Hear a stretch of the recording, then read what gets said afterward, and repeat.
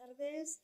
Bienvenidos nuevamente a este salón de actos y a esta conferencia en la que colabora desde hace muchísimos años, colabora Caminos del Románico, y les voy a presentar, aunque ya presentará más detenidamente, Rocío Martín Bonet, de Caminos del Románico, a la que ustedes conocen porque ya es de la casa, y a Eduardo Carrero Santamaría, profesor de la Universidad Autónoma de Barcelona, con el que, si me permiten, pues tenemos un pasado en común ligeramente lejano. Sí. Así que, sin más, les dejo para que le presenten a Eduardo y sobre esta conferencia que versará sobre la organización del espacio litúrgico en una capilla mayor entre 1150 y 1250. Muchas gracias por su asistencia. Buenas tardes a todos. Como ya ha citado Beatriz, muchísimas gracias por su presencia. Máxime, pues teniendo en cuenta esa climatología fantástica que tenemos hoy en Madrid, para no variar últimamente.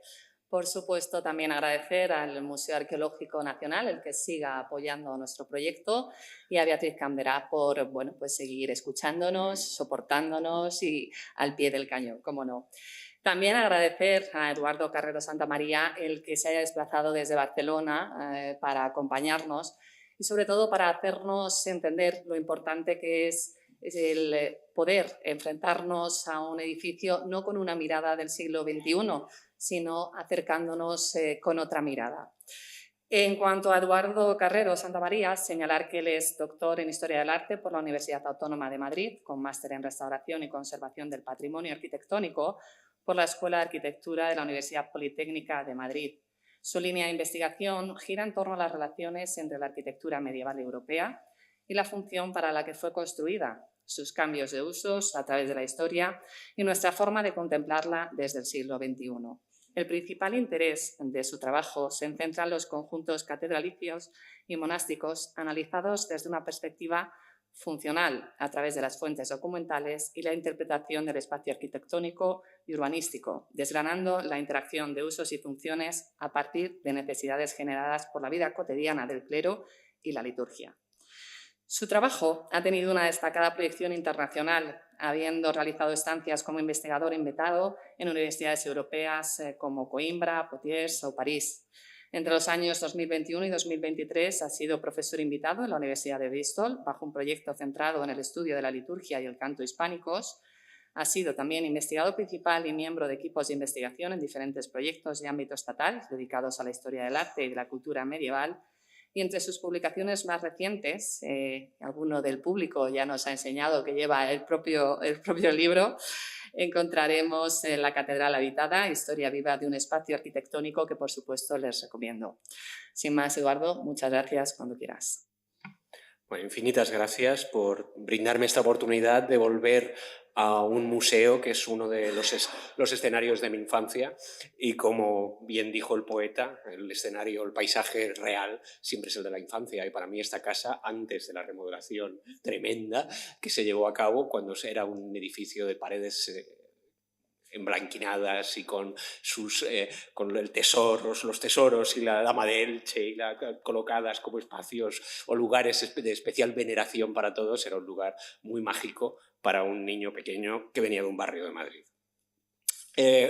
Quería comenzar, por supuesto, agradeciendo a Caminos del Románico, a Rocío Martín Bonet, que ha hecho esta presentación, a Miguel Yuste, que me fichó este mes de septiembre mientras visitábamos la Veracruz de Segovia, y, por supuesto, a mi compañera de doctorado, Beatriz Camderá, que ha sido un placer reencontrarme aquí después de hace unas cuantas décadas. Por lo tanto, no está nada mal. Yo lo que les propongo hoy... Yo soy un historiador del espacio, no un historiador no del espacial, sino del espacio, y lo que les propongo hoy es un paseo por capillas mayores. Por capillas mayores en las que, ya sé que la organización es Caminos del Románico, pero mi intención no es moverme por el románico única y exclusivamente, entre otras cosas porque, como medievalista, es una cosa que hablábamos hace un momento fuera de esta sala, como medievalista, una de las cosas más llamativas que te puedes encontrar es que es imposible centrarte en una época concreta. Esto de ser especialista, no, yo soy especialista en románico, está muy bien, Pero si no sabes qué pasó en el gótico, no vas a ningún lado y terminas pensándote que ese presbiterio que estamos viendo ahí, que en la Catedral de Roda di Sávena, que tienen ahí colocado, fue así siempre, cuando este presbiterio no fue así siempre, fue de muchas maneras. Es una de las cosas en las que les quería insistir. Por lo tanto, nos moveremos entre románico, gótico, incluso si nos da tiempo llegaremos al final al Renacimiento. Por cierto, aprovecharé o el primer Renacimiento, el último gótico, como quieran ustedes que les llamemos, ya que nos encontramos en la península ibérica. Dicho esto, sí quería comenzar haciendo precisamente una reflexión. Esa reflexión inicial sobre el paso del tiempo en nuestros edificios y sobre cómo nos encontramos precisamente que jugar, hablar de la imagen original de los edificios en el siglo XXI, en la tercera década del siglo XXI, puede ser un poco peligroso.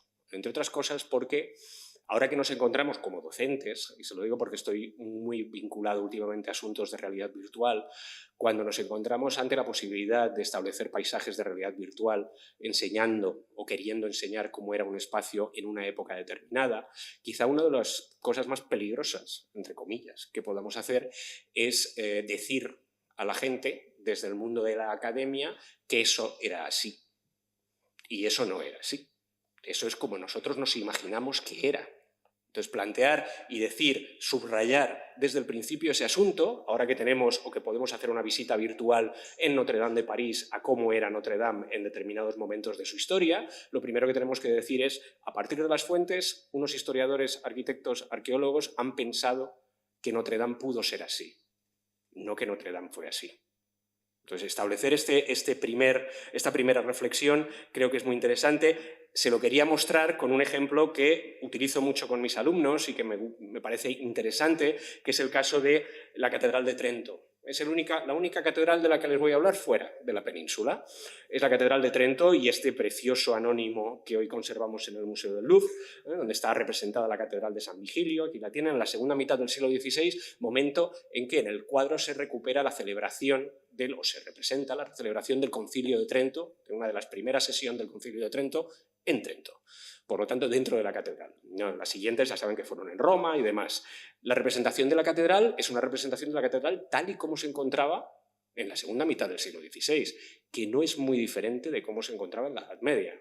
Y quizá lo primero que pueda llamarnos, aparte de encontrarnos a todos estos obispos representados y cardenales en las cátedras que tienen colocadas y que están de espaldas a nosotros, de cara al edificio, lo que más nos importa es precisamente fijarnos en todos estos altares laterales que pueden ustedes ver pegados a los soportes, altares laterales que si nos fijamos un poco están representando, tienen retablitos que quizá puedan evocarnos cosas del Trecento italiano, pero sobre todo fíjense al fondo, donde aparece el presbiterio, y cómo el presbiterio, la capilla mayor de la Catedral de Trento, está elevada, claramente elevada, sobre una cripta de elevación de la capilla mayor. Luego hablaremos de qué es esto de una cripta, y cómo, muy púdicamente, mediante un gran telón, se ha cerrado el espacio del altar mayor y de la sillería de los canónigos, que queda oculta tras ese gran, enorme tapiz que está colgando y que nos impide ver la superficie de la capilla mayor. Esto se reinterpreta de nuevo unas fechas más tarde en un cuadro que se encuentra en el propio archivo, en el propio museo de la Catedral de Trento, utilizando un lenguaje muy diferente. Fíjense que sí, aparecen cosas nuevas. Estos cuadros que tenemos colgados, esta forma de actualizar litúrgicamente el edificio a lo largo del año, estos cuadros que iban cambiando, que conocemos para muchos lugares. En el fondo sigue apareciendo esa cripta de nivelación que nos encontramos, no de nivelación, sino de elevación del presbiterio, que en este caso ya no tiene el telón. En esta ocasión el pintor ha elegido colocarnos allí a una serie de sacerdotes que asisten al concilio, y de espaldas a nosotros nos encontramos en el lugar donde se encuentra el público, ya que este pintor ha decidido colocar público dentro de la celebración del concilio. En poco menos de un siglo nos encontramos con una imagen completamente diferente de una catedral que ha llegado así hasta nuestros días. Es decir, ya ha desaparecido esa cripta o ese espacio, esa cripta de elevación del altar mayor, ha sido sustituida por uno de esos baldaquinos a la manera de o imitando el baldaquino de San Pedro de Roma, han desaparecido los cuadros, nos encontramos con un interior románico un poco triste en cuanto a su planteamiento de un edificio profundamente restaurado, que eso es otra cuestión importante a tener en cuenta. Es decir, no solo han pasado una serie de actualizaciones estilísticas, funcionales, como queramos, sino que además el edificio ha padecido una profunda restauración que lo ha dejado en estas condiciones en el siglo XXI.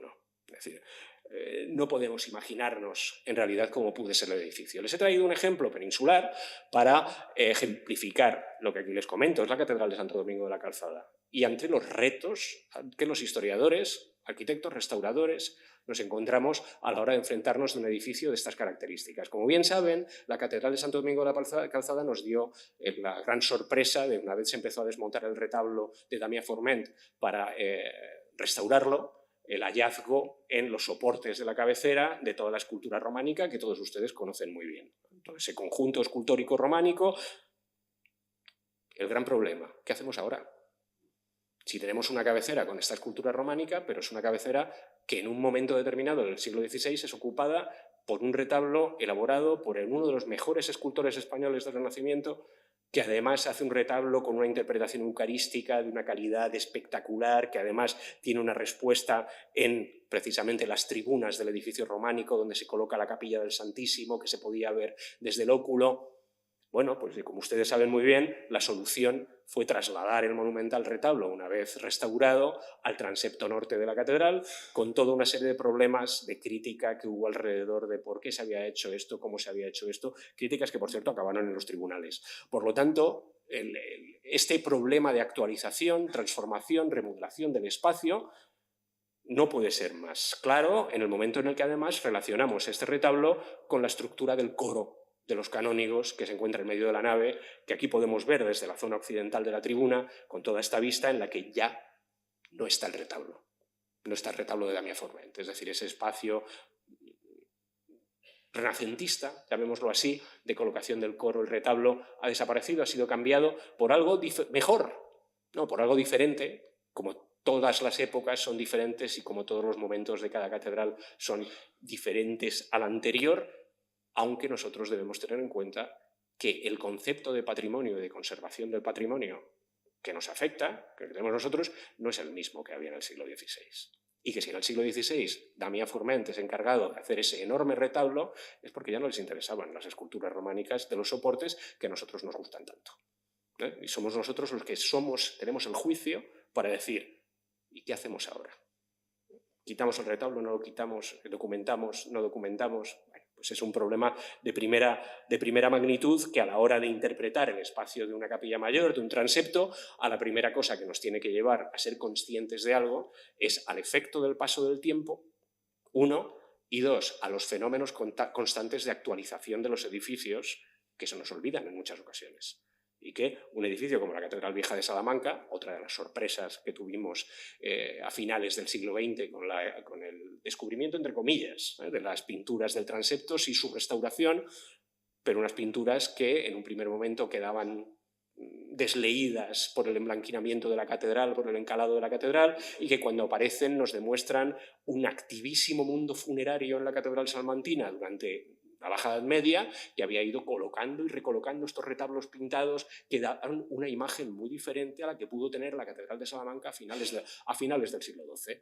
Por lo tanto, siendo conscientes de esto, podemos empezar a jugar, entre comillas, y enfrentarnos a en otras ocasiones edificios en los que la ausencia de conocimiento nos lleva a situaciones desesperantes. Les propongo una reflexión, para acabar con estas reflexiones, sobre la Catedral de Orense en Galicia, una catedral que conocemos, bueno, tiene esta planta con una girola renacentista, alterada por completo, con la capilla del Santo Cristo y demás, gracias a los libros de aniversarios de la catedral, que son absolutamente excelentes. Se pudo reconstruir la topografía de los altares, se pudo ver dónde estaban algunas cuestiones, pero hoy en día la imagen medieval de la Catedral de Ourense es completamente desconocida. De hecho, nos es desconocida hasta su imagen barroca una vez se suprimió el coro, el monumental coro que estaba en medio de la nave y que hoy podemos ver única y exclusivamente a partir de fotografías. Hoy en día la nave de Ourense es una nave totalmente expedita, sin nada, que nos deja llegar a ver un retablo, un estupendo retablo del último gótico o del primer Renacimiento, como quieran, me da igual, que es el que está en la cabecera, pero de las fases previas de cómo era la Catedral de Ourense en los siglos XII, XIII, XIV, no conocemos más que pequeñas noticias documentales, a veces contradictorias, y que nos impiden ir más allá, dentro de un vacío material y documental que afortunadamente no es habitual. El resto de la conferencia se lo he planteado en dos secciones principales. Esta primera sección es, bueno, le he puesto un título que es, entre nosotros, mentira. De cuando las sillerías de coro no estaban en su lugar. Es de cuando las sillerías de coro estaban en su lugar. El movimiento de sillerías de coro no se produce hasta una época muy posterior. Cuando hablamos de sillerías de coro que estaban en su lugar, y se lo planteo porque la sillería de coro es un elemento que forma parte de la capilla mayor, que forma parte del presbiterio, hasta fechas muy tardías, que nos lo encontramos colocado dentro de una capilla mayor y que en un momento determinado se traslada por las razones de las que hablaremos más adelante. Es decir, que cuando no estaban en su lugar, en el lugar que hemos conocido nosotros, pero sí en su lugar original. Esa es un poco la idea, o este es un poco el juego que les quería plantear. Miren, el primer ejemplo que les traigo, porque van a ser toda una serie de ejemplos encadenados que nos llevarán durante este discurso, es el de la Catedral de Roda de Isabena.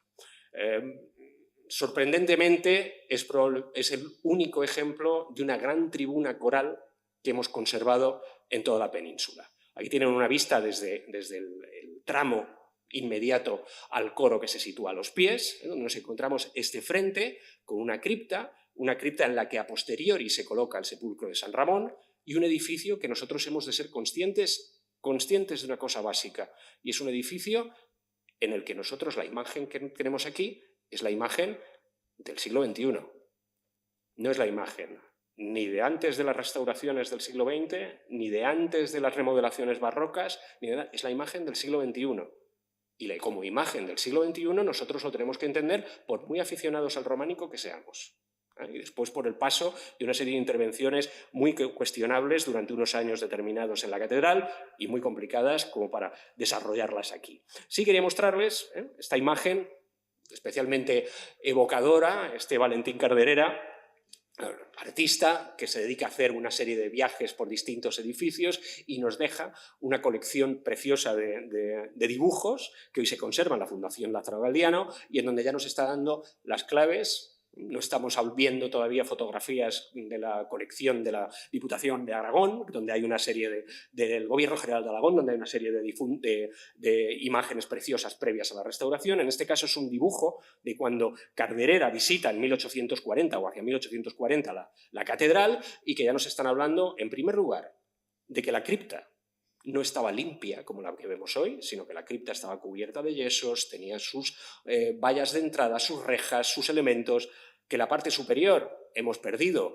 todo un pasillo que comunicaba el presbiterio alto con el púlpito del predicador, que hemos perdido toda una baranda barroca, ha desaparecido el retablo, han desaparecido las sillas de los oficiantes, ha desaparecido todo un mobiliario que no era el medieval tampoco. Era el mobiliario que había quedado del siglo XVII en adelante, porque además el coro de los canónigos, porque esa plataforma para lo que servía era para colocar en alto el coro de los canónigos había sido trasladado a posteriori, siguiendo una costumbre muy habitual en Aragón desde el pleno siglo XIII, que es la de llevarse el coro a los pies. Recuerden ustedes la famosa visita del arzobispo de Tarragona, Pedro de Albalate, cuando se acerca hasta Zaragoza para chinchar un poco a los canónigos del Salvador, y se va a Santa María la Mayor, que era la iglesia del Pilar, haciendo una visita pastoral antes de que Zaragoza recuperara su dignidad arzobispal, y lo que dice el arzobispo de Tarragona es: señores, este coro que ustedes tienen en la cabecera, como el que estaba en Roda de Isabena, llévenselo para los pies porque si no la gente no ve. Esta primera idea de la gran revolución que supuso el siglo XIII desde una perspectiva litúrgica y sobre todo para la organización de los altares. En cualquier caso, para nuestro Roda de Isabena lo que nos encontramos es una cripta muy tocada por el tiempo, muy tocada por las edades posteriores a la Edad Media. Piensen que durante el siglo XIII debió haber obras, durante el siglo XIV debió haber actualizaciones, durante el siglo XV, XVI, XVII, hasta las restauraciones del siglo XX. Los propios soportes nos están hablando sobre ello. Ahí tiene la planta de esta cripta de 3 naves, que además están salvando un desnivel de terreno considerable. Y además debemos ser conscientes, si ustedes se fijan en la fachada de este elemento colocado en el presbiterio, se trata de una arquitectura que es arquitectura tardogótica. No se trata de una arquitectura románica. Por lo tanto, esta fachada está alterada posiblemente entre los siglos XV y XVI. Como pueden ustedes ver, los soportes son soportes facetados, con estos pequeños capiteles que van intercalándose entre ellos, que nos están hablando de una obra de remodelación del XV y XVI que no tenemos documentada, entre los siglos XV y XVI, que está sin documentar. Es interesante porque Roda nos permite explicar muy bien un edificio desconocido hoy, como es la Catedral Románica de Vic, en Barcelona. Como ustedes sabrán, la Catedral Románica de Vic es reconstruida en lenguaje neoclásico en fechas tardías por los canónigos de Vic, que se empeñaron en que querían deshacerse de la vieja catedral románica, que el hecho de arder durante la preguerra civil y durante la guerra civil supuso que Eduard Junyent, el que fue archivero de la catedral, pudiera excavar la catedral y sacar a la luz los cimientos, una supuesta cripta de la catedral románica, que es la que podemos visitar hoy dentro de la catedral neoclásica, pero gracias a la documentación se ha podido localizar buena parte de los altares dentro de la topografía de lo que fue la vieja catedral románica de Vic, edificio de una sola nave que tienen ustedes aquí. Lo que me interesa es que se fijen en los números 1, 2 y 3. Los números 1, 2 y 3 está colocado el altar mayor y la sillería de los canónigos, donde se sentaban los canónigos. Con el número 2, la ampliación de la sillería y de la plataforma donde se localizaba en un momento del siglo XIII cuando el número de canónigos aumentó significativamente. Si tenemos más canónigos, recuerden a Diego Gelmírez ampliando el Cabildo de Santiago hasta los 90 canónigos, necesitaremos más espacio para colocarlos. Y con el número 3, perfectamente documentado, un altar de San Nicolás y un altar de San Pedro bajo el coro, que nos está hablando de la funcionalidad litúrgica de este espacio bajo, semejante al que teníamos en Roda de Isabena. No solo esto, en la Catedral de Jaca, hoy tenemos el gran presbiterio nuevo, demolido y reconstruido en tiempos modernos. En la Catedral de Jaca sabemos, a través de las crónicas del siglo XVI, que existió una plataforma idéntica a la de Roda, que ocupó la capilla mayor de la catedral, hasta que en el siglo XVI se decide trasladarla, el coro se traslada a la nave, se coloca en la nave siguiendo una cadena de traslados de coros típica desde el siglo XV en adelante y, curiosamente, este traslado del coro a la nave termina siendo terriblemente fastidioso para los canónigos, sobre todo a partir de la Reforma postridentina, en que buena parte de ellos decidieron, pero ¿para qué nos hemos traído el coro a la nave de la iglesia si nosotros queremos estar cerca del altar mayor? Lo que queremos es volver al altar mayor. Cuando se reconstruye la cabecera de la Catedral de Jaca, se aprovecha directamente y se devuelve la sillería de coro al altar mayor desmontándola del centro de la nave. Es decir, un viaje de ida y vuelta de la sillería de coro, pero lo que es más bonito e interesante es que en el siglo XV una crónica de la Catedral de Jaca, algo que está muy bien documentado en Corona de Aragón, que son crónicas realizadas a partir de los siglos XIV, XV y XVI, que son, ¿cómo decirles?, anecdotarios de lo que ocurre en la catedral. El más bonito y mejor conocido de todos es el libro de las antigüedades de la Catedral de Valencia, donde se nos va contando: hoy ha caído una tormenta espectacular que se ha llevado media ciudad por delante. Capítulo siguiente: hoy ha venido el rey don Fernando y hemos vuelto a hacer el Corpus para que viera cómo es la procesión del Corpus por la ciudad. Capítulo siguiente: hoy se ha tirado tal cosa de la catedral y hemos hecho... Cuando la documentación oficial de registro no nos sirve, estas crónicas maravillosas nos dan muchísima información. En el caso de Jaca, donde la documentación se perdió, la crónica, una crónica publicada en la revista de Huesca, una revista local publicada creo que hacia 1900, esta crónica del siglo XVI nos cuenta que en el siglo XVI se desmonta la tribuna del coro de la Capilla Mayor y se lleva el coro a la nave. Es decir, que está perfectamente documentado que exactamente igual que en Roda de Isabena nos encontrábamos con una estructura coral en Jaca como la que había en Vic, como la que había en tantos otros lugares. De esta manera podemos explicarnos, y les traigo una miniatura muy tardía para que vean ustedes de lo que estamos hablando, estas obras de Maximiliano de Austria que se conservan en la British Library. Si se fijan ustedes en el detalle, es lo que nos encontramos. Una cripta baja realizada para elevar el presbiterio, y un presbiterio donde pueden ver que se está celebrando la Eucaristía y a ambos lados están los estalos del coro de los canónigos, un poco más adelante a la derecha se encuentra el sedilia, donde se colocaban los oficiantes, y en el altar, donde efectivamente se está celebrando la Eucaristía con el sacerdote elevando la hostia. Por lo tanto, perfectamente documentado, perfectamente normal, y nosotros preguntándonos, ¿y qué es esto de Roda de Savena? Qué cosa tan rara. Planteándonos que Roda, las razones para Roda de Savena, cuando Roda de Savena es la razón. Es el argumento que nosotros tenemos perfectamente vivo, perfectamente conservado, a pesar de todas las restauraciones que ha sufrido a lo largo de su historia, pero que permite explicar todos estos edificios que solo conocemos de manera puntual y de manera documental a través de noticias cortas que les comentaba, ¿no? Bueno, esa está la idea. Cuestión interesante, fíjense que se lo marco en verde, esto que tienen ustedes aquí. Les había dicho que, o les había comentado que, volvamos atrás, esa fachada de coro o de plataforma de coro está rehecha en el siglo XV, entre los siglos XV y XVI, como nos dejan ver perfectamente el estilo de todos esos voceles típicos de la cronología de entre los siglos XV y XVI.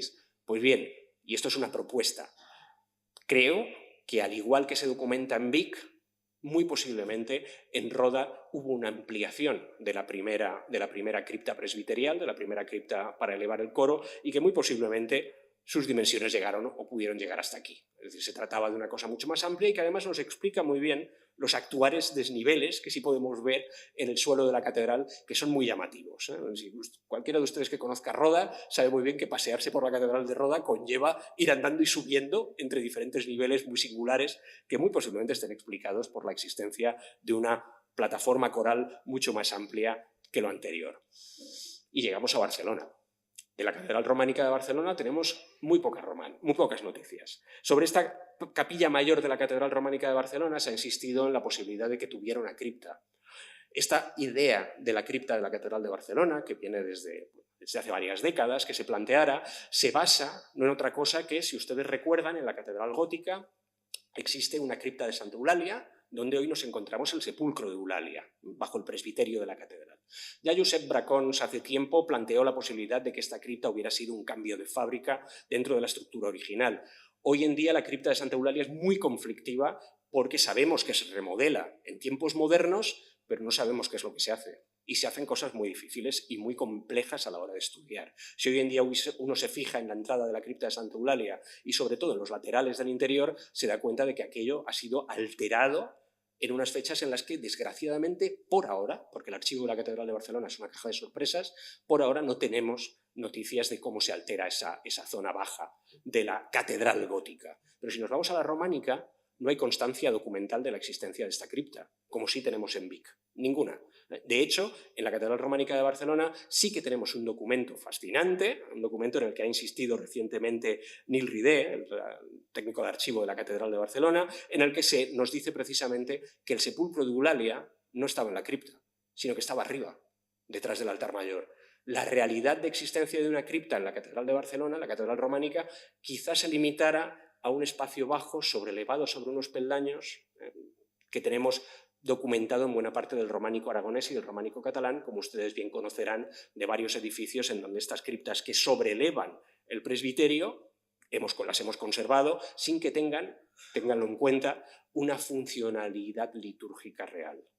Recuerden ustedes, a mí me gusta mucho llamar la atención sobre San Vicente de Ávila, y cómo en San Vicente de Ávila se ven obligados a salvar la diferencia de altura que ocurre en toda la zona donde se construye una iglesia, que es una iglesia relicario. No estaban las reliquias de Vicente, Sabina y Cristeta allí, estaban en San Pedro de Arlanza, la tenían los monjes benedictinos de Arlanza, y los abulenses construyen un auténtico lugar de recuerdo del lugar donde supuestamente había ocurrido el martirio de los santos abulenses, de los santos patrones abulenses, y se crean estas criptas de nivelación que a la larga, a posteriori, en la capilla mayor tuvieron una funcionalidad litúrgica, pero a la larga, muy a posteriori, eran simplemente criptas de nivelación.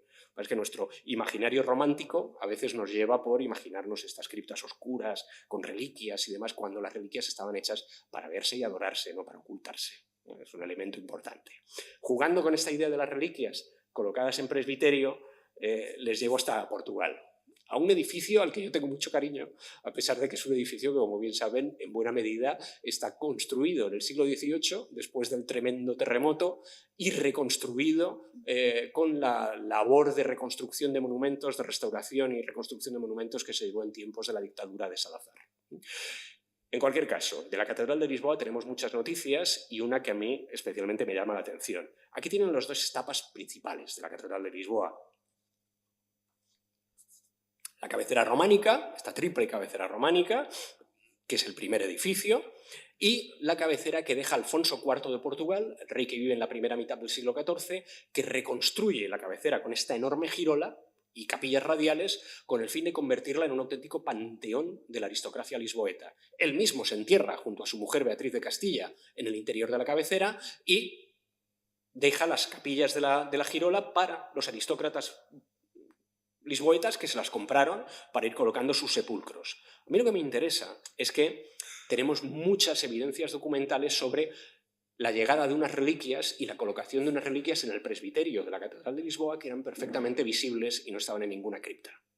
Son las reliquias de San Vicente mártir aragonés, ajusticiado en Valencia, al que se tira al mar y del que existe toda una tradición hagiográfica lusa que se conoce muy bien en Aragón y en Castilla, preciosa.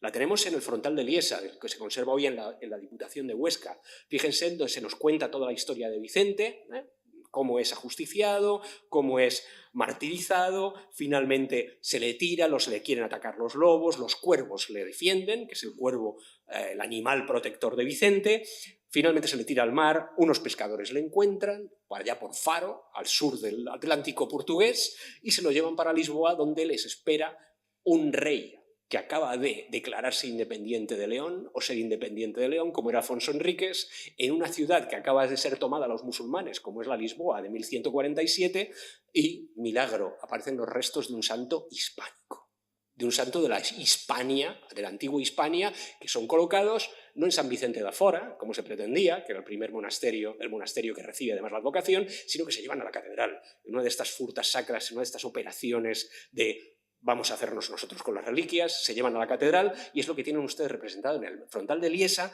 y muy posiblemente, aquí tienen un detalle para que vean la imagen de la Catedral de Lisboa, fíjense en el epígrafe que aparece arriba, que pone Lixibona, Lisboa, la catedral, cómo está tocando el campanero las campanas, y a la derecha la colocación del sepulcro en el presbiterio de la Catedral de Lisboa, y muy posiblemente había un ciclo semejante que queda inconcluso, parcialmente conservado, en San Vicente de Pelayos de Arroyo, en Segovia, estas pinturas preciosas, que es un gran ciclo vicentino que queda cortado. Y queda cortado en la última escena que tienen a la derecha, donde aparece este Vicentius, donde aparece la barca milagrosa de Vicente que está llegando a una ciudad. Y esa ciudad indudablemente es Lisboa, como en el frontal de Liesa. Es decir, que se trata de una tradición portuguesa sobre la recuperación, entre comillas, de las reliquias de un santo hispánico para justificar un reino, algo que nosotros conocemos muy bien desde Alfonso II de Asturias y la inventio de los restos del apóstol Santiago, solo que unos siglos después, Alfonso Enríquez hace lo mismo en Portugal, con el nuevo reino de Portugal, y coloca sus reliquias. Lo que a mí me interesa de la imagen, les comentaba que cuando Alfonso IV, ya en el siglo XIV, rehace la cabecera de la catedral, se produce una topografía, déjenme que les ponga esta, es una interpretación de la topografía. Recuerden lo que les decía al comienzo sobre la necesidad de enjuiciar esas ideas de la virtualidad y de la realidad de lo que proponemos los investigadores. Es lo que nosotros investigamos y pudo ser así. Ahora sí que tenemos una fuente maravillosa que nos habla del momento previo a la construcción de la cabecera gótica, que es este sello, un sello que se conserva en los archivos lisboetas, un sello de la ciudad, que por un lado aparece representada la ciudad, fíjense, con una sección una imagen de la catedral alzada, con la gran cabecera, un cimborrio, en este caso, las torres de la fachada, pero lo que me interesa es la imagen del otro lado, un sello del siglo XIV, donde se encuentran, y ahora la verán en detalle, esta imagen dividida en 3 registros en donde se nos representan a clases diferentes de gentes y que quizá pudiera tener una interpretación espacial dentro de la propia catedral. Por una parte, me interesa que vean el registro superior. Leído de izquierda a derecha, nos encontramos al rey en el trono. Junto al rey aparece uno de sus servidores, que está con un flabellum, un abanico a su lado. Aparece el obispo de Lisboa con la mitra oficiando, con el cáliz encima del altar, y fíjense que detrás lo que encontramos es el sepulcro de Vicente sobre columnas, por debajo del cual están pasando los fieles dentro de estas paraliturgias de sanación, de pasar por debajo del sepulcro, coronado por los dos cuervos. Recuerden ustedes que yo sepa, solo hay dos catedrales que tienen animales dentro. Era la vieja catedral de Lisboa, que tenía cuerpos en su interior en recuerdo de Vicente, y por supuesto las gallinas de Santo Domingo de la Calzada, el gallo y la gallina de Santo Domingo de la Calzada. Pero fíjense que en el registro de abajo podemos hacer una interpretación espacial y se estaría representando el transepto de la catedral con los fieles, que en la planta de al lado les he colocado con estos circulitos rojos, mientras en la parte de abajo, en dos filas, están colocados el coro de los canónigos, separados en dos, y me gusta pensar que el personaje que aparece al comienzo de todo, dirigiéndose hacia los canónigos, pudiera ser el maestro de coro, dirigiendo el coro capitular. Bueno, quizás solo sea un predicador, quizás sea algo, pero lo que sí creo muy claro es que en esta síntesis, a partir de un registro sigilográfico, nos encontremos una imagen tan espectacular, tan llamativa, de un edificio del que no conocemos nada más que esto, y varias noticias sueltas que nos han llegado después de su terrible historia moderna y contemporánea. Dicho esto, enfilamos el final o la tercera parte de esta conferencia, que es cuando hablamos de profundos presbiterios, de aquellos profundos presbiterios. Cuando yo les hablo de aquellos profundos presbiterios, me refiero a que efectivamente una capilla mayor para colocar, fíjense, al menos un altar, generalmente eran más de un altar, ¿no? Había dos altares consecutivos, un altar mayor y por lo general un segundo altar, altar matinal, altar de culto a santos, altar de lo que fuera, que estaba detrás del altar mayor, y delante colocada la sillería de coro de los canónigos, por lo menos hasta fechas bien entradas del siglo XV, exceptuando algún caso singular, como es el caso de Toledo, el de Santiago, el de Barcelona, bueno, cada uno de ellos con problemáticas o con asuntos particulares, con problemas propios que explican el por qué se traslada el coro a la nave. Claro, el presbiterio, lógicamente, era un presbiterio larguísimo. Si ustedes, no les he traído la imagen de la Catedral de Cuenca, pero cualquiera de ustedes que recuerde la planta de la Catedral de Cuenca tal y como era, sin la girola tardogótica, se encontrará un presbiterio absolutamente descomunal antes del transepto y que nos está siendo explicado precisamente por la presencia de la sillería de coro. Bueno, a eso vamos. El caso compostelano. El caso compostelano quizá es de los más llamativos en cuanto a la evolución que se produce. Siempre queremos buscar la catedral de Gelmírez, de Diego Gelmírez, la catedral del siglo XII, la catedral de la primera mitad del siglo XII, la catedral previa a la finalización del Pórtico de la Gloria, y nos olvidamos de la sillería de coro de los canónigos. Matemáticamente nos olvidamos de ella. La sillería de coro de los canónigos de Santiago de Compostela no se coloca en la nave hasta el siglo XIII, hasta finales del XII, ¿no? La época que conocemos como la época del maestro Mateo, la época en la que se construye la enorme sillería de piedra y madera, posiblemente mixta, pero hasta entonces, ¿dónde estaba la sillería de coro de Santiago? Sabemos que a través de la documentación gelmiriana que se nos habla de que él construye un coro para sus canónigos, lógicamente. Si has aumentado tu cabildo, has duplicado el número de canonjías de la catedral y tienes una barbaridad de 90 canónigos dentro de la catedral, les tendrás que buscar un sitio. El sitio para el coro de la Catedral de Santiago no era otro que el de la Capilla Mayor. Y estaban colocados dentro de este profundo presbiterio compostelano que tienen ustedes marcado con este color verde. ¿Cómo era aquel coro? ¿Cómo era, me interesa todavía más, el antecoro?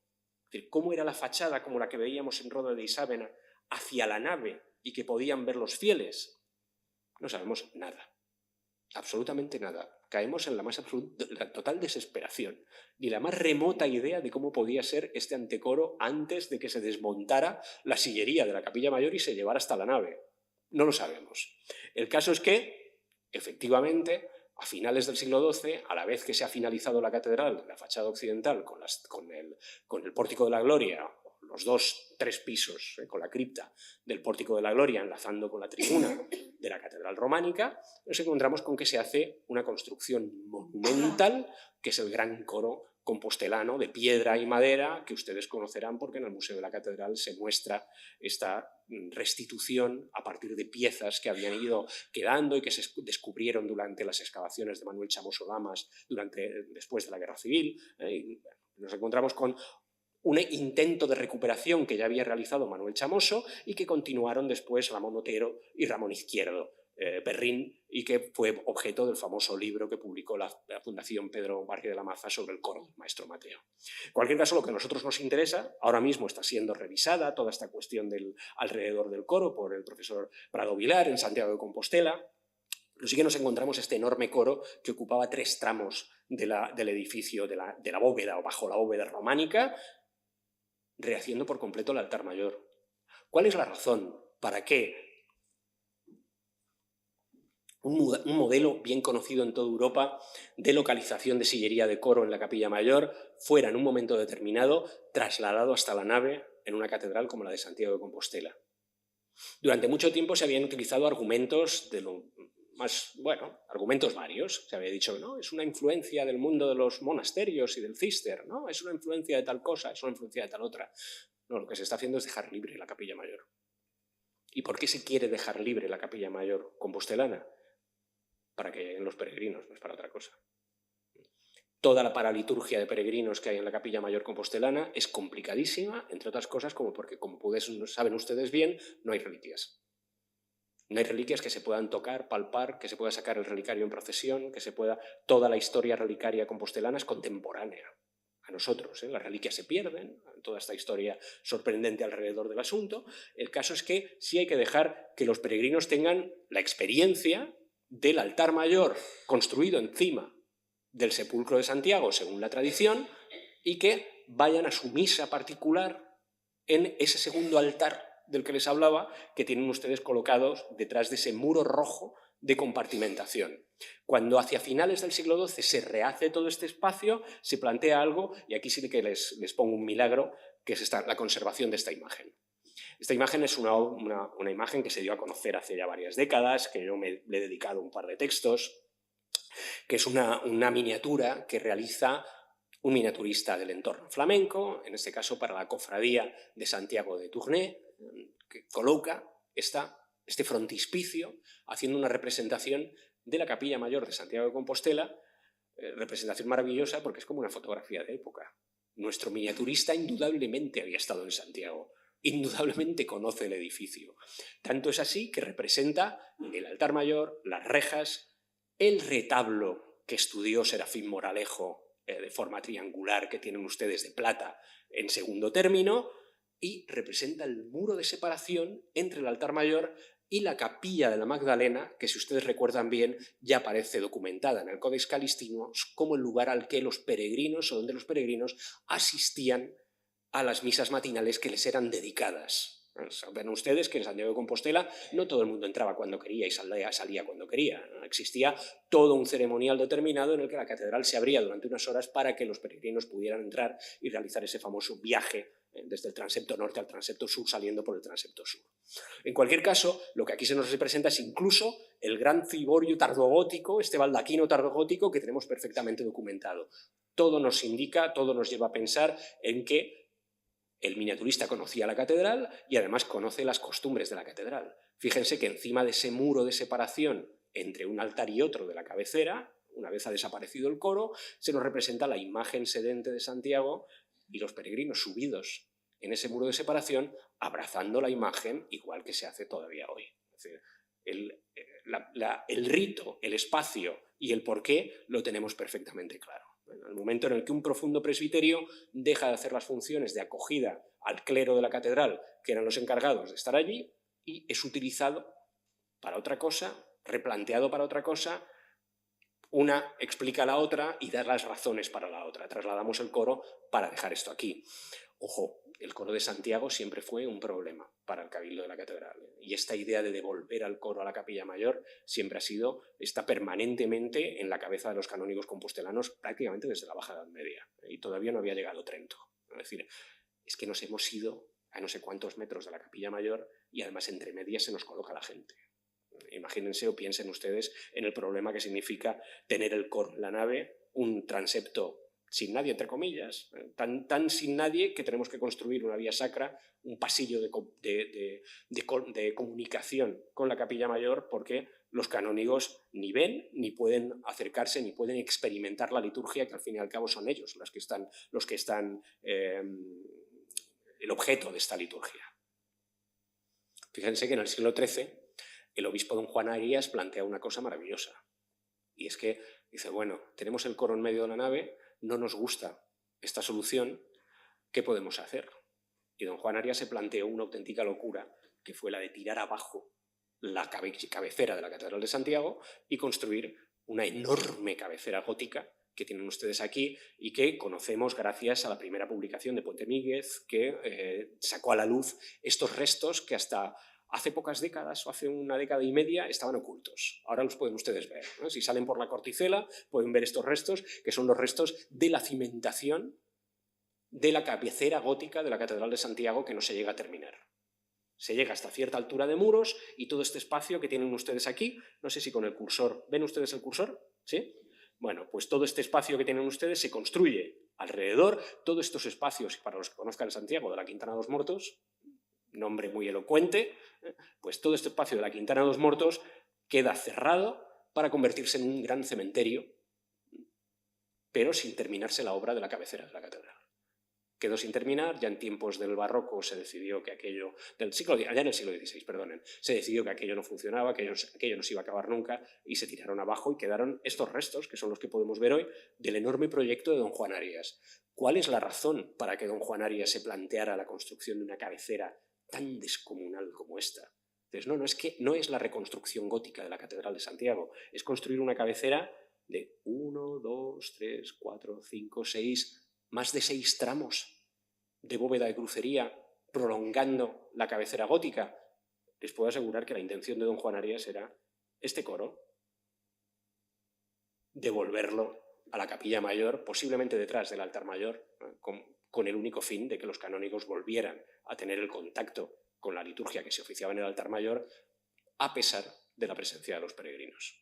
Es un poco la idea de esta reconstrucción o de esta loca reconstrucción. De hecho, cuando nos encontramos el gran mobiliario barroco que pueden ustedes ver hoy, tanto hacia la zona que nosotros podemos ver delante del altar mayor, como la recién restaurada, o la restaurada hace muy poquito tiempo, parte posterior, nos siguen hablando precisamente de esta compartimentación en 2 espacios perfectamente segmentados, altar mayor, capilla de la Magdalena para las misas matinales de los peregrinos, y que es traducida a través de esta gran maquinaria barroca con la que se transformó por completo definitivamente el altar mayor de la Catedral de Santiago hasta como la podemos ver hoy.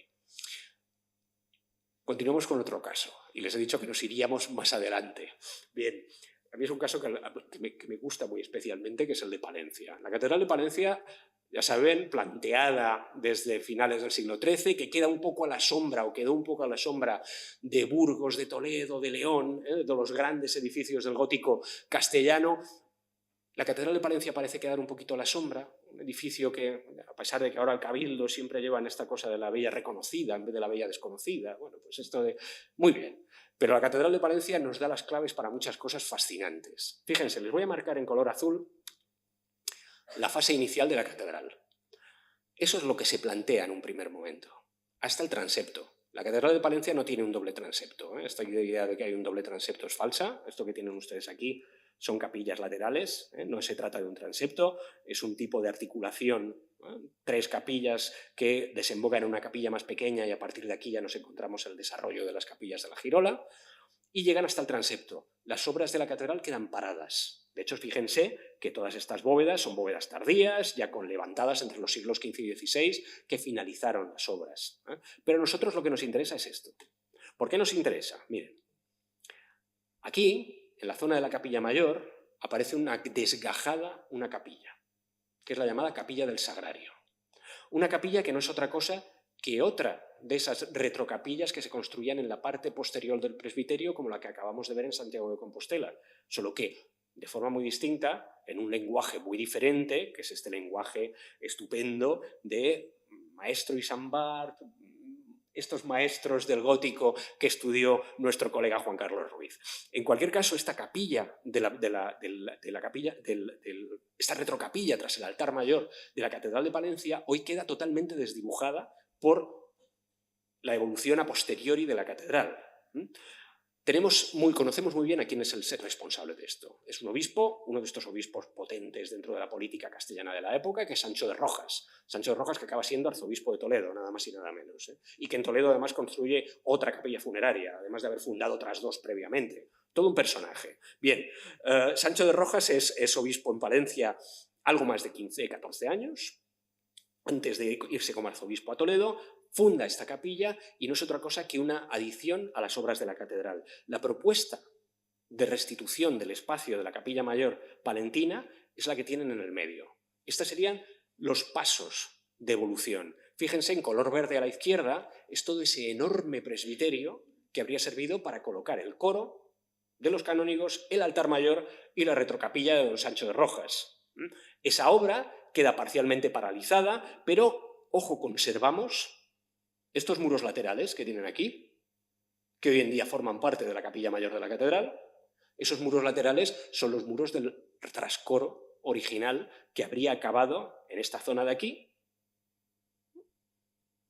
con un trascoro como el que puedan ustedes imaginarse en Toledo, como el que puedan ver en Toledo o en cualquier otra catedral. Es decir, que nos encontramos toda una articulación muy diferente que cuando llega el siglo XV, y en época de otro de los grandes obispos palentinos, que es Alonso de Burgos, un personaje... les decía que Sancho de Rojas había sido político. Bueno, Alonso de Burgos es nada más y nada menos que embajador de Fernando el Católico por media Europa, ¿no? Y está por Flandes y está por distintos lugares. Y nos encontramos con la definitiva articulación de la Catedral de Palencia, que desde este primer proyecto, que la emparentaría con Cuenca, Burgos, León, cae entre los siglos XV y XVI en que todo este espacio se abandona, queda perfectamente abandonado, se crea este falso segundo transepto del que les habrán hablado o que ustedes conocerán alguna vez, mientras toda la estructura de capilla mayor y coro de los canónigos se articula hacia el centro de la catedral en un espacio completamente diferente. Es complicadísimo, es francamente complicado. Pero en Palencia tenemos la suerte de contar con los suficientes restos arquitectónicos y documentales como para certificar que fue así, que indudablemente fue así. ¿No conservamos? No, no conservamos el retablo, y ahora hablaremos de ellos, el retablo que con seguridad separó la retrocapilla de don Sancho de Rojas del altar mayor de la catedral. Pero es la época de los enormes retablos de los que precisamente don Sancho de Rojas conservamos el que patrocinó para San Benito el Real de Valladolid. Un elemento que, bueno, nos traería un poco locos, pero que les quiero plantear. Continuamos con las retrocapillas organizando presbiterios, grandes presbiterios. Una catedral románica, la de Tarragona. En Tarragona tenemos la suerte de contar o de haber conservado con el retablo gótico, ¿no? Este retablo estupendo que realiza Pere Joan, que tiene una serie de ampliaciones, pero fíjense, lo que tienen a la derecha es la articulación de la Catedral de Tarragona en época medieval. ¿El coro de los canónigos estaba donde la tienen ustedes marcado con el color amarillo? No, estaba en la capilla mayor. No es hasta el siglo XIV, donde muy posiblemente imitando cómo se hizo en Toledo, Tarragona decide que traslada el coro de la catedral de la capilla mayor a la nave, dejando expedita una capilla mayor románica, ahí tienen, enorme, de unas dimensiones ciclópeas. Queda vacía. Se aprovecha para crear esta retrocapilla posterior detrás del retablo, que se la emparento con Palencia, porque por una simple cuestión, y es que vean ustedes que son las dos únicas que han conservado las bóvedas y que pueden ustedes ver bóvedas dentro de un edificio. Lo que están ustedes viendo, estas dos imágenes altas, tanto en Palencia como en Tarragona, es el trasdos de las bóvedas de las dos pequeñas capillas que se encuentran detrás de los retablos. En el caso de Palencia no hemos conservado el retablo porque el altar mayor se cambia de lugar. Y en el caso de Tarragona sí que hemos tenido la suerte de contar con el retablo, con un retablo gótico conservado y con su articulación respecto al espacio posterior, que es una preciosa bóveda, aquí la tienen, esta bóveda estrellada de aristas, que pueden ver desde el interior, que está cubriendo ese espacio que nosotros podemos ver. ¿Es dinámica la capilla mayor de un edificio? Creo que la primera cosa clara que les querría dejar es que es el dinamismo de este tipo de edificios. No nos encontramos edificios congelados. Es muy difícil encontrarnos un edificio congelado en el tiempo o que nos dé todas las claves para jugar a restituir su interior de una forma fidedigna o de una forma real. En este sentido, personalmente, el edificio que más alegrías creo que pueda dar a un investigador o un historiador del arte, a pesar de ser un edificio completamente desnudo y vacío y desafectado, hoy en día la Catedral de Lleida o de Lérida sirve para hacer yoga por las tardes y para hacer visitas, que me parece estupendo porque es un edificio que no tiene culto, por lo tanto alguna opción de función o de uso le tendremos que dar. En este caso, fíjense, el edificio vacío, la documentación de la Catedral Vieja de Lérida es tan buena, que permite restituir buena parte de la historia terrible que ha sufrido este edificio desde su destrucción en época ya borbónica hacia atrás, o desde su desaparición como catedral en época borbónica hacia atrás. Fíjense, la catedral, toda la cabecera de la catedral, esta cabecera en ábsides escalonados, románica que tienen aquí, tiene unas primeras intervenciones góticas bastante espectaculares por parte de las familias Coulomb y Moncada, que estas dos capillas del lado sur las transforman en capillas funerarias en el siglo XIV. Nos interesa mucho la que tienen ustedes en el lado norte, que es esta capilla de aquí. No sé si se ve ahora el cursor, ahora parece que se vuelve a ver, aquí está. Nos interesa mucho esta, que era la capilla dedicada al apóstol Santiago, y nos interesa porque esta capilla estuvo haciendo las funciones de sacristía. Y lo más bonito es irnos encontrando noticias que nos permiten ir añadiendo cosas a nuestra imagen hipotética, siempre hipotética, de cómo pudo ser la capilla mayor de la catedral. Fíjense que lo primero que se hace es dividir la capilla en altura en dos. Hoy en día, si nosotros entramos en la capilla, nos encontramos con esto. Y es que toda la superficie de la capilla se ha dividido en dos alturas, que funcionarían como espacios de ayuda al culto en la capilla mayor. Pero ojo, la capilla mayor, que es este espacio también de unas dimensiones más que considerables, no estaba vacía, como la podemos ver hoy. De hecho, esta parte de aquí nos encontraremos que si vamos hacia el interior, este es este muro, el muro sur de la antigua capilla románica de Santiago, sacristía gótica de Santiago, tiene unas escaleritas que permite subir al piso alto y desde el piso alto además acceder a esta puerta que tienen ustedes aquí, que está reventando el pilar tardorrománico, luego veremos por qué, reventando el pilar tardorrománico y da acceso de momento al vacío. Luego veremos a qué les propongo que podía dar acceso este espacio. En cualquier caso, ¿cómo era la topografía de la catedral? Antes del siglo XV la conocemos bastante bien. Como les decía, la documentación ilerdense es excelente. Y sabemos que contó con una sillería de coro colocada en la cabecera, contó con el altar mayor, contó con un retablo espectacular que se realiza en el siglo XIV y contó con una capilla dedicada a Santa Ana en la parte trasera, con sus funciones litúrgicas, con las funciones litúrgicas acostumbradas dentro de estas retrocapillas de las que les estoy hablando ahora.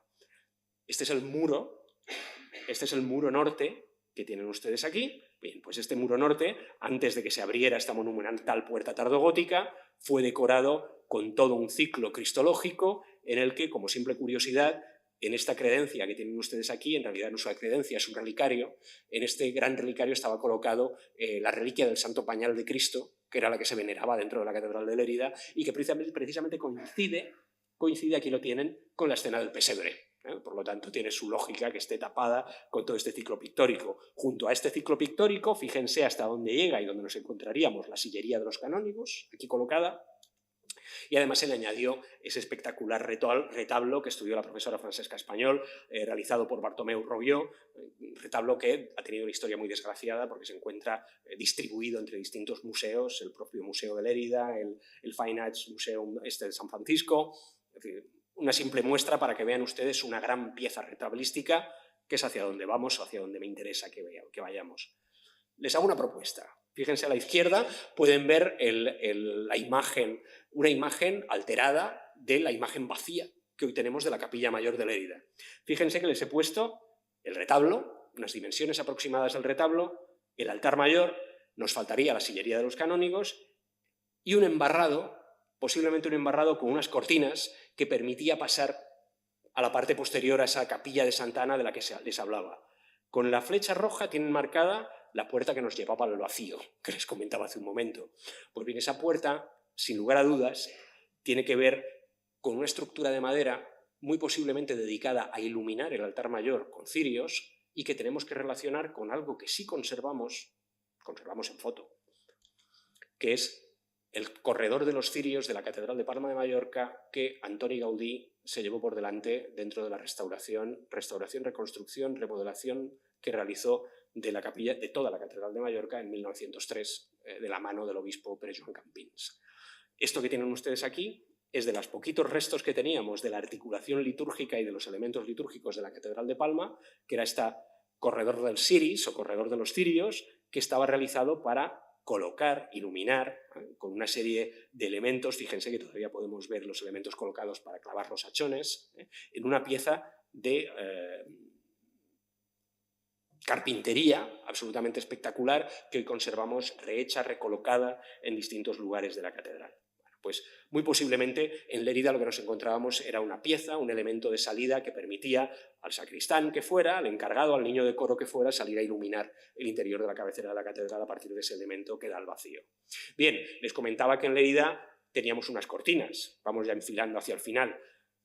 Les traigo un dibujo de un espacio que ha sido alterado por completo, que es el de la capilla mayor de la catedral de Gerona. Alterado por completo porque tenemos unos elementos preciosos. Hemos conservado el baldaquino de plata, hemos conservado el retablo de plata, hoy en día ha sido desfigurado por completo con una reubicación. Sí sabemos más o menos cómo se encontraba, al menos hasta el siglo XX, en esta disposición, que tenemos que presumir o que presumimos que pudo ser parecida a la original, pero sí quería comentarles, fíjense, que tenemos el baldaquino colocado sobre sus 4 soportes, fíjense en los tejidos, pero muy posiblemente aquí lo que nos encontrábamos eran más tejidos, el uso de los tejidos como un muro más dentro de la articulación del espacio de la catedral, de la que nos hablan, y les vuelvo a traer aquel libro de horas de Maximiliano de Austria, donde podamos ver, aparecen muchas otras miniaturas, pero donde pueden ustedes ver la utilización de los tejidos para separar espacios.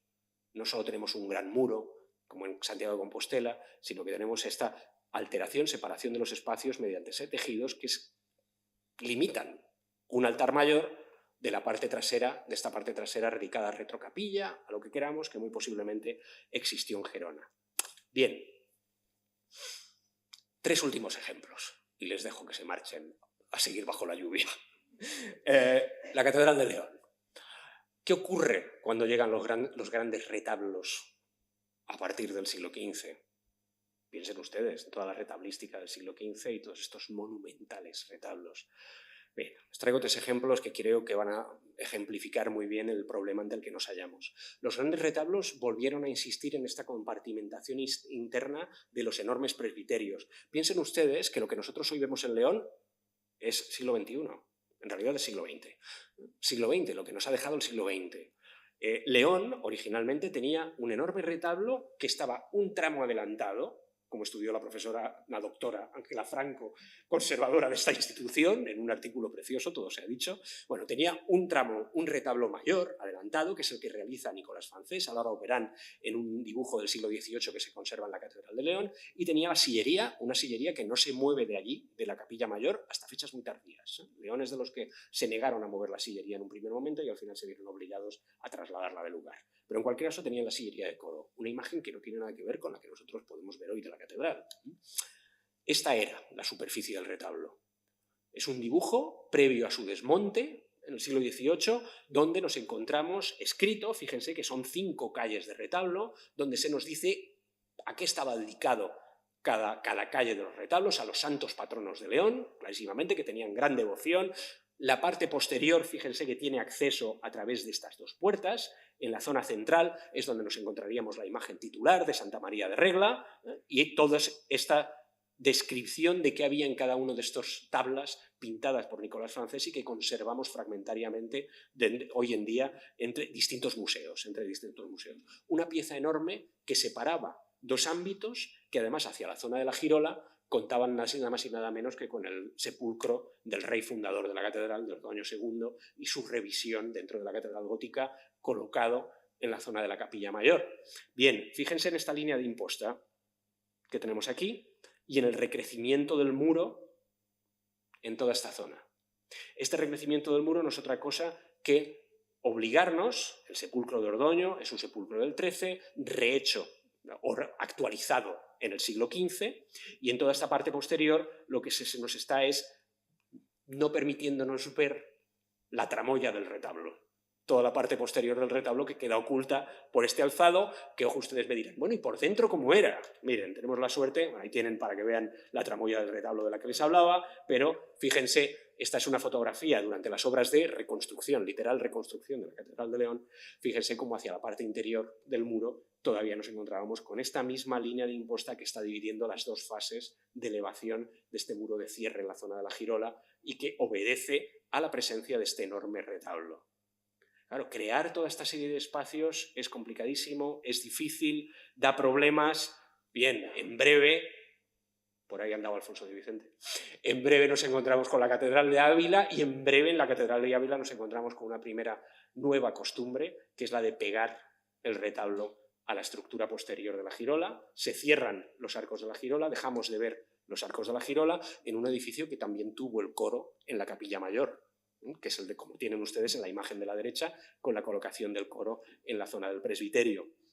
En Ávila es muy bonito encontrarnos cómo tenemos aquí este precioso dibujo de Parcerisa de cómo estaba vestida toda la catedral con los tapices, que están cerrando toda la estructura del espacio dedicado a los canónigos. Una vez que el coro ya se ha trasladado, tenemos la vía sacra, tenemos la zona del altar mayor, perfectamente cerrado por esta colección de tapices abulense parcialmente perdida, y cómo el nuevo retablo ya se adecúa a la parte posterior. Y es el momento que precisamente el Cabildo de Ávila decide reelaborar la tumba del Tostado, que ya se había enterrado en esta zona posterior de la Capilla Mayor, un lugar de dignidad absoluta como Ordoño II en León, pero que se reconstruye mediante esta enorme estructura de Vasco de la Zarza, de las obras maestras del Renacimiento escultórico castellano. Una pieza absolutamente espectacular que está cerrando la tramoya del teatro. Otra vez. Bueno. Toledo. Lo dejamos para el fin. Toledo nos da pie a hacer una última reflexión alrededor de la organización de estos espacios. Fíjense que en Toledo nos encontramos con el superretablo del XV, patrocinado en una primera reforma por el cardenal Mendoza, que se encarga de terminar el cardenal Cisneros con una ampliación en la parte posterior. A nosotros lo que nos interesa no es tanto esto como lo que había antes, ¿no? Hay una imagen muy conocida, publicada en un libro de gran formato de la catedral, publicado hace unos años, que es esta vista desde lo alto del retablo mayor y que nos da esta imagen del presbiterio. El presbiterio de Toledo es muy pequeñito, porque el presbiterio de Toledo no se hace para colocar una sillería de coro. La sillería de coro de Toledo ya se plantea en la nave. Una serie de razones que no vienen al caso. Lo que sí quiero insistirles y llamarles la atención es que dentro de este juego de creación de enormes retablos, Toledo tiene un juego muy especial porque aquí sí que tenemos perfectamente documentados dos espacios diferentes. La Capilla Mayor, que se encontraba aquí, y la capilla de Santa Cruz, capilla real, capilla con presencia de sepulcros reales, que después se trasladan, que sigue siendo un misterio, pero un misterio absoluto. Mi amigo Fernando Gutiérrez Baños reconstruyó en época del obispo Tenorio, ya en el siglo XIV, recuerden a Sancho de Rojas en Palencia, bueno, pues Pedro Tenorio en Toledo reconstruyó la posibilidad del enorme retablo que patrocina Pedro Tenorio en la catedral, remodelando por completo el presbiterio de la Catedral de Toledo. Es el momento en el que estos presbiterios se rehacen por completo mediante la construcción de enormes muros que servían para levantar el retablo. No es como el retablo de Ávila, que ya tenemos la estructura de la catedral y lo colocamos allí. ¿Cómo colocas un retablo si quieres mantener el espacio posterior y quieres colocar un retablo que puede tener 5 metros de altura, 6 metros de altura, sin que se te caiga abajo? La idea es construir muros que separarán estos dos espacios, el espacio trasero y el espacio delantero. Un muro que se tira abajo durante la remodelación comenzada por el cardenal Mendoza. Bien. Este muro es el mismo que se documenta en Valencia, es el mismo que se documenta en Valencia una vez que el presbiterio de la catedral arde en el siglo XV. Un hecho pavoroso, una vez acabada la cabecera de Valencia, la cabecera arde por una serie de cuestiones y la nueva cabecera, la nueva capilla mayor es patrocinada por el Papa Borgia, que se encarga de un enorme retablo, pero construyendo un gran muro que separaba los dos espacios. Hoy es muy difícil verlo en la Catedral de Valencia, disculpen, pero era algo así. No era algo así, eso es lo que tenemos hoy, con el famoso retablo de los Hernandos parcialmente conservado. Como alguno de ustedes sabrá, originalmente había un gran retablo de plata renacentista pagado por el Papa. Este retablo renacentista desaparece en 1812 por una serie de razones que no vienen al caso, acaba fundido en Mallorca, bastante lejos. El caso es que hoy en día lo que tenemos es un remedo de lo que pudo ser, pero las noticias documentales, que en Valencia, como en toda la Corona de Aragón, ya saben, son excepcionales, nos hablan de una topografía del altar de nuevo, y ya en este caso no es un retablo, no es un elemento movible, no son telas, no, es un muro enorme, un paredón que está sirviendo para apoyar el retablo y que divide esta zona del presbiterio definitivamente. Acabo en Sevilla. Les he dicho que si me daba tiempo llegaría al siglo XVI. Bueno, pues en Sevilla, cuando se construye la nueva Catedral de Sevilla sobre la vieja mezquita almohade y se replantea un espacio litúrgico complicadísimo porque había que reubicar la capilla real y toda esta serie de cosas difíciles que ocurren en la mezquita almohade después de Alfonso X, bien, cuando se reconstruye este espacio se hace un retablo descomunal. Ustedes conocerán que es el retablo de Sevilla. Pues fíjense que lo que se crea es esta estructura doble, una especie de sándwich, muro sándwich, un lado y a otro, que podemos ver muy bien en la sección, ahí lo tienen, y que sirve para apoyar el tremendo retablo sevillano, que si ustedes recuerdan bien, prácticamente no se puede ver ni desde el coro, de las dimensiones absolutamente enormes que llega a adquirir. Esa sería una vista donde se apoya el retablo, y esta es la parte posterior con el retroaltar, la parte posterior del altar, creándose este pequeño espacio intermedio que no es otra cosa que la evolución tardía de las retrocapillas románicas de las que hablábamos, esos espacios posteriores que podían servir para albergar el sepulcro de un santo, para servir como apoyo al culto, para cualquier otra de las funciones que cada cabildo catedralicio, que ojo, es soberano y funciona de forma independiente a los otros cabildos catedralicios, no es un monasterio, no siguen una orden común, cada cabildo es soberano y cada cabildo decide qué hacer dentro de unos parámetros más o menos comunes para cada uno de los tiempos en esta evolución que les he intentado hacer desde Roda di Sávena y el siglo XI hasta la Catedral de Sevilla y el siglo XVI. Muchas gracias.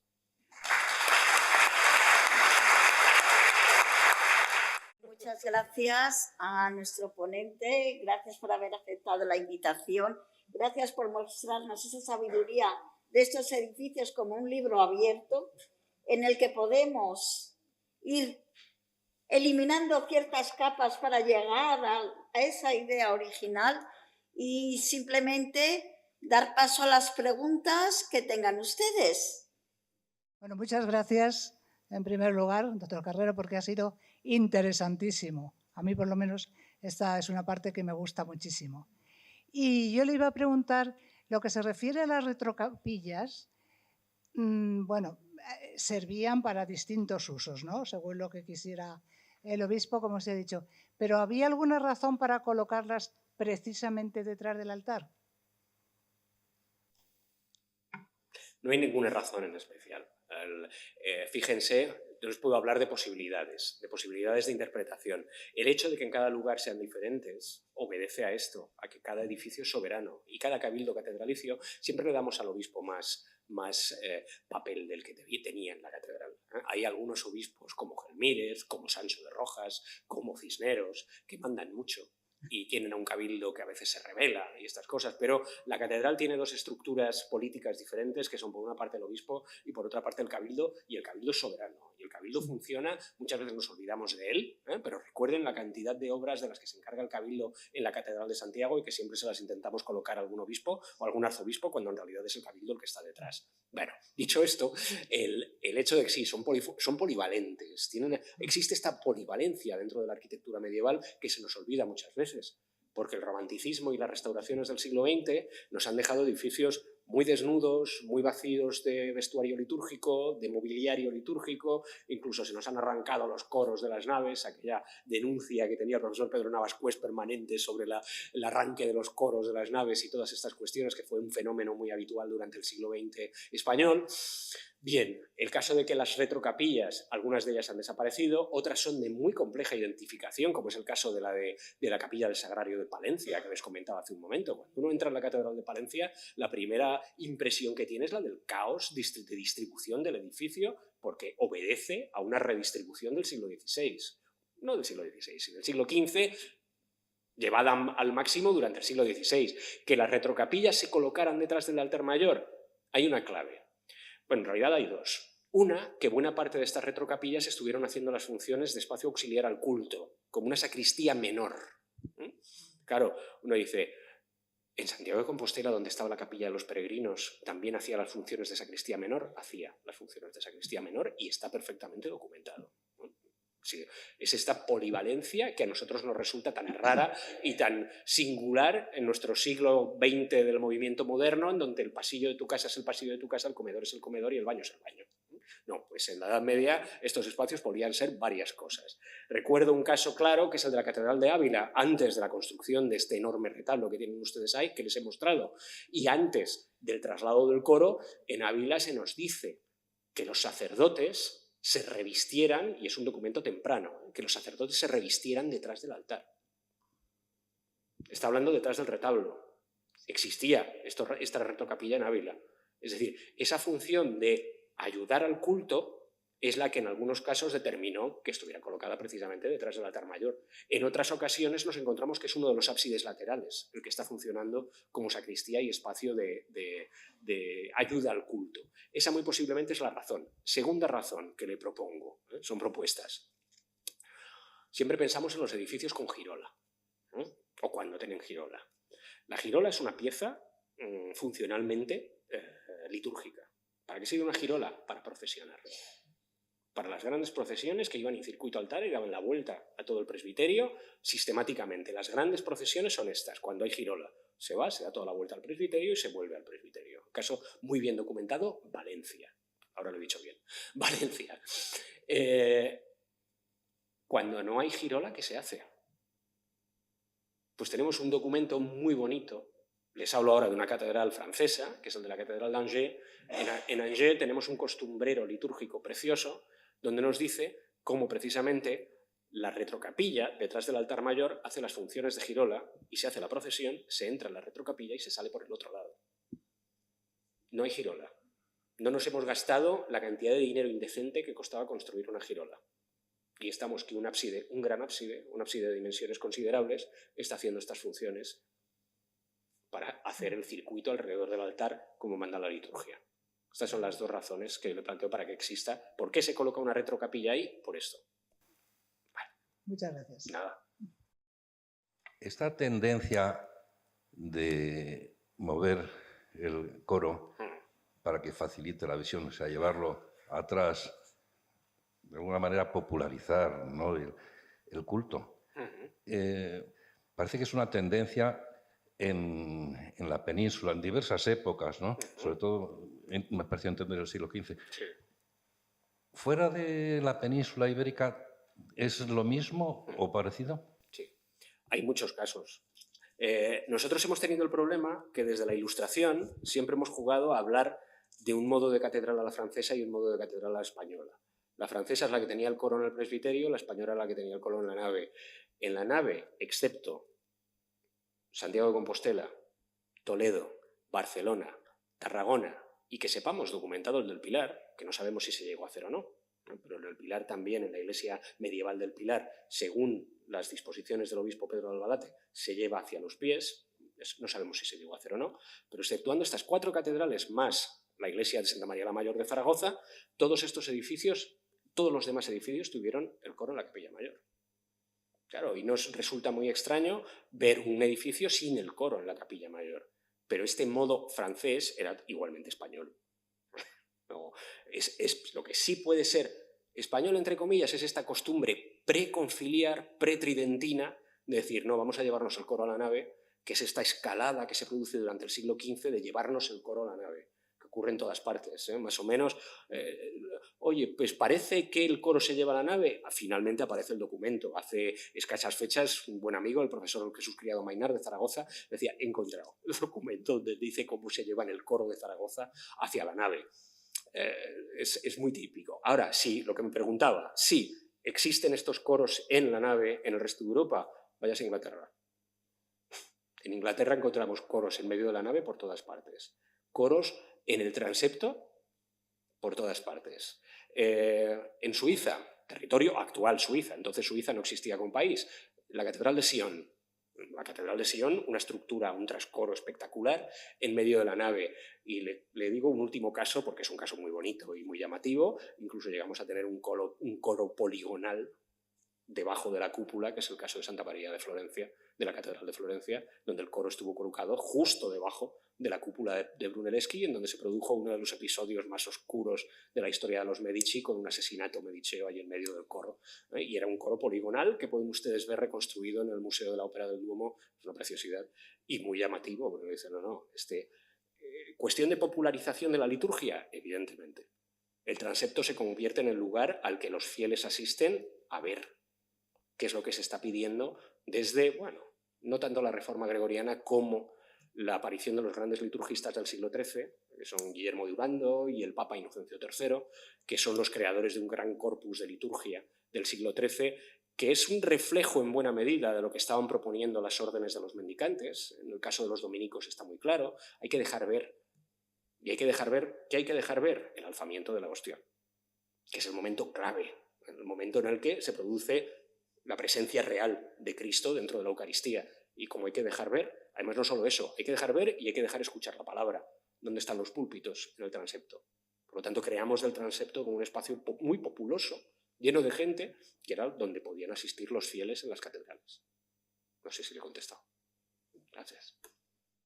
En este momento aprovecharía para preguntar sobre, ya que hemos hablado de espacios que tenían cierta ambivalencia, esos espacios de capilla mayor, coro, y ese uso como lugar donde se podían celebrar cortes, como ocurre en la Catedral de Toledo,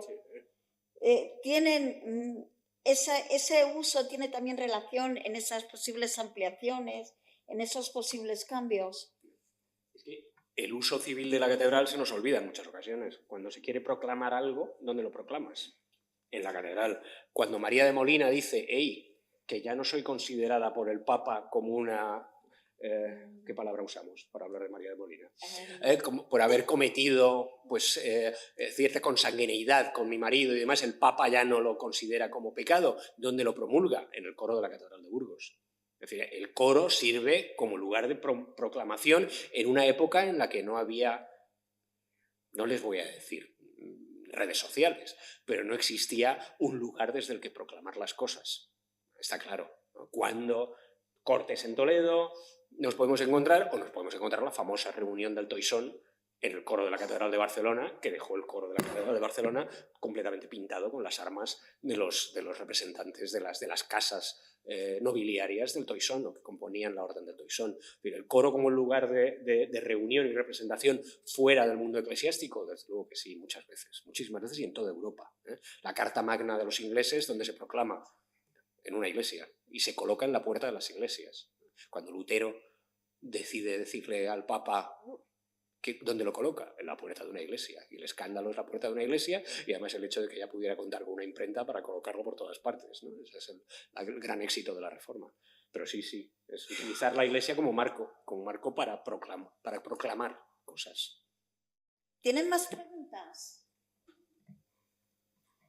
Pues si no, clausuramos esta sesión agradeciendo a Rocío Martín Bonet de Caminos del Románico, con la que tenemos una estrecha colaboración desde hace muchísimos años, a el profesor Eduardo Carrero por haber aceptado el venir a dar esta ponencia, a todos ustedes por haber venido en un día en las condiciones climatológicas que tenemos hoy, y recomendarles, como siempre les hago una recomendación de visiten nuestra exposición, en este caso la exposición de novedades arqueológicas, y que se pasen por nuestra sala 27, donde tenemos todos los objetos que rellenaban esos altares y que rellenaban esas capillas mayores. Incluso podemos ver alguna imagen de una capilla mayor, como en la misa de San Gregorio.